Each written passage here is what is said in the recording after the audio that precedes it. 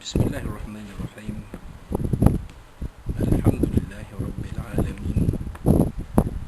Wa bihi nasta'in ala umur dunya wad din. Astaghfiruhu wa nastahdihi wa natubu ilaihi wa natawakkalu alaihi. Wa na'udzu bihi min shururi anfusina wa min sayyiati a'malina. Man yahdihillahu fala mudilla lahu wa huwal muhtad. ومن يضلل فلن تجد له وليا مرشدا ولا هاديا له. أشهد أن لا إله إلا الله وحده لا شريك له وأشهد أن سيدنا محمدا عبده ورسوله. اللهم صل وسلم وبارك على هذا النبي الكريم سيدنا وحبيبنا وشفيعنا وزهرنا ومولانا محمد المصطفى وعلى آله وصحبه ومن دعا بدعوته تمسك بسنته وجاهد في سبيل الله إلى يوم الدين. رب اشرح لي صدري ويسر لي أمري واحلل عقدة من لساني يفقهوا قولي. سبحانك لا علم لنا إلا ما علمتنا إنك أنت العليم الحكيم ولا حول ولا قوة إلا بالله العظيم. اللهم افتح علينا حكمتك وانشر علينا من خزائن رحمتك يا أرحم الراحمين. اللهم أرنا الحق حقا وارزقنا اتباعه وأرنا الباطل باطلا وارزقنا اجتنابه. قال الله سبحانه وتعالى في كتابه العزيز: أعوذ بالله من الشيطان الرجيم. بسم الله الرحمن الرحيم. تبت يدا أبي لهب وتب ما أغنى عنه ماله وما كسب سيصلى نارا ذات لهب وامرأته حمالة الحطب في جيدها حبل من مسد. صدق الله العظيم. قال نبينا سيدنا محمد صلى الله عليه وسلم: خيركم من تعلم القرآن وعلمه أو كما قال صدق Rasulullah sallallahu alaihi wasallam. Tuan-tuan puan-puan muslim-muslimat sekalian rahimakumullah. Assalamualaikum warahmatullahi wabarakatuh. Amma ba'd. Alhamdulillah thumma alhamdulillah.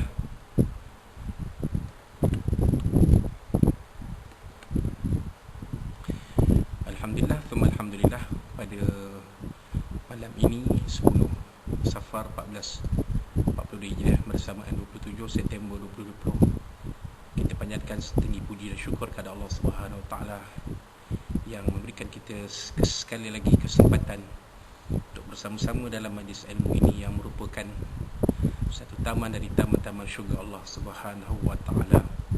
Dikurniakan kepada kita rahmat dan barakah yang dibawa turun oleh para malaikat, dikurniakan kita sakinah, yakni ketenangan, dan dikurniakan kita ganjaran pahala sebaik-baiknya oleh Allah Subhanahu wa taala. Tuan-tuan dan puan-puan muslimin rahimakumullah, kita teruskan kupasan kitab pengajian kita, iaitu kitab Tafsirul Munir juzuk 30 yang disusun oleh Fadilatul Syekh Dr. Wahbah Az-Zuhaili Ad-Dimashqi As-Suri rahimahullah taala. Kita sampai kepada muka surat 461, iaitu surah yang berikutnya dalam juzuk amma ini, iaitu surah Al-Lahab atau Al-Masad. Surah ini merupakan surah Makkiyah yang mengandungi 5 ayatnya. Surah ini surah Makkiyah. Surah ini diturunkan sebelum peristiwa hijrah Nabi SAW ke kota Al-Baitul Munawwarah, bermakna ketika surah ini diturunkan, Nabi sallallahu alaihi wasallam masih berada di kota Makkahul Mukarramah. Nama surah ini dinamakan surah Al-Masad kerana berdasarkan ayat terakhir yang terdapat di dalam surah ini, itu firman Allah SWT mafhumnya: wa mura'atuhu hammalatal hatab fi jidha hablum min masad. Ini perempuan yang di lehernya ada tali dari sabut. Ayat ini menjelaskan bahawa di leher Ummu Jamil, iaitu isteri Abu Lahab, terdapat tali yang melilit daripada al-masad atau sabut. Jadi nama nama Al-Masad ini ada di dalam Mushaf Uthmani. Surah ini dinamakan juga dengan surah Tabbat berdasarkan ayat pada awal surah ini, iaitu Bismillahirrahmanirrahim, Tabbat yada abi lahabin wa tab. Surah Azim, mafhumnya celakalah kedua tangan Abu Lahab dan sesungguhnya dia memang celaka dan rugi. Ayat ini menjelaskan bahawa rugi dan binasalah kedua tangan Abu Lahab. Surah ini dinamakan juga surah Abu Lahab atau surah Al-Lahab, tetapi yang api yang berkobar-kobar. Maknanya api yang berkobar-kobar. Kaitan surah dengan surah sebelumnya, di sini terdapat semacam penampilan yang bertentangan di antara surah ini dengan surah An-Nasr sebelumnya. Dalam surah An-Nasr, Allah Subhanahu Wa Taala menyebut mengenai balasan orang yang patuh kepadanya ialah kemenangan, kejayaan menakluk dan membuka kota Mekah serta kemenangan di dunia, di samping ganjaran pahala yang lumayan di akhirat.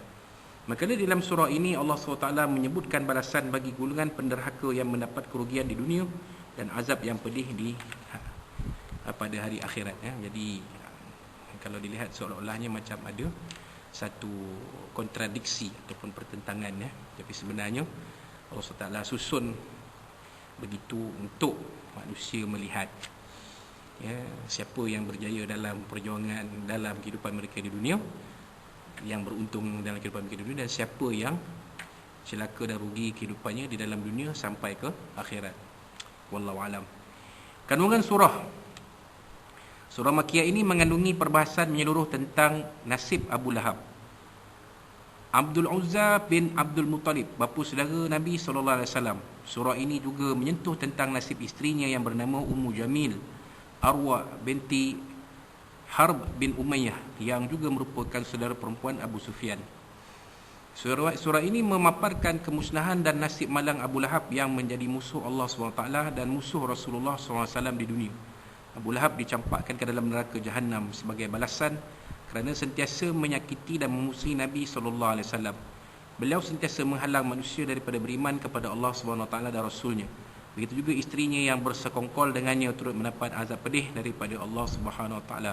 Beliau menjadi pembantu setia kepada suaminya di dalam mengekalkan kekufuran dan permusuhan terhadap Islam, Nabi SAW dan para sahabat baginda radhiyallahu anhum. Pada hari kiamat dia akan turut menjadi pembantu menambahkan azab yang pedih terhadap suaminya di dalam neraka Jahannam. Jadi itulah kandungan surah yang ringkas ini menyebut secara spesifik ataupun secara khusus tentang Abu Lahab dan isterinya. Cuma nama Abu Lahab itu diabadikan di dalam Al-Quran, khusus di dalam surah ini.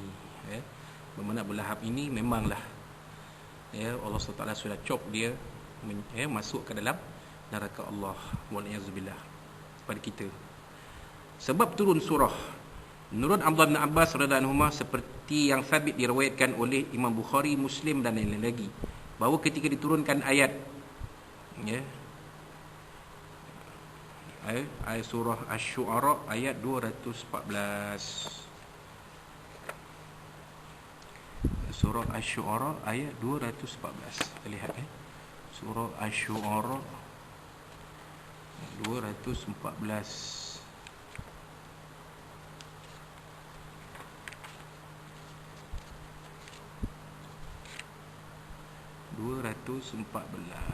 Ada dia 214. A'udzubillahi minasyaitonir rajim. Wa anzir ashiratakal aqrabin. Sadaqallahu azim. Mafhumnya, dan berilah peringatan kepada kerabat-kerabatmu yang terdekat. Rasulullah SAW berdiri di atas Bukit Safa seraya berseru dengan suara yang kuat. Marilah, ini di sini ada satu pengumuman penting. Orang ramai bertanya, siapa yang berseru itu? Kami akan menjawab, Muhammad. Lalu mereka pun berkumpul di sekeliling baginda.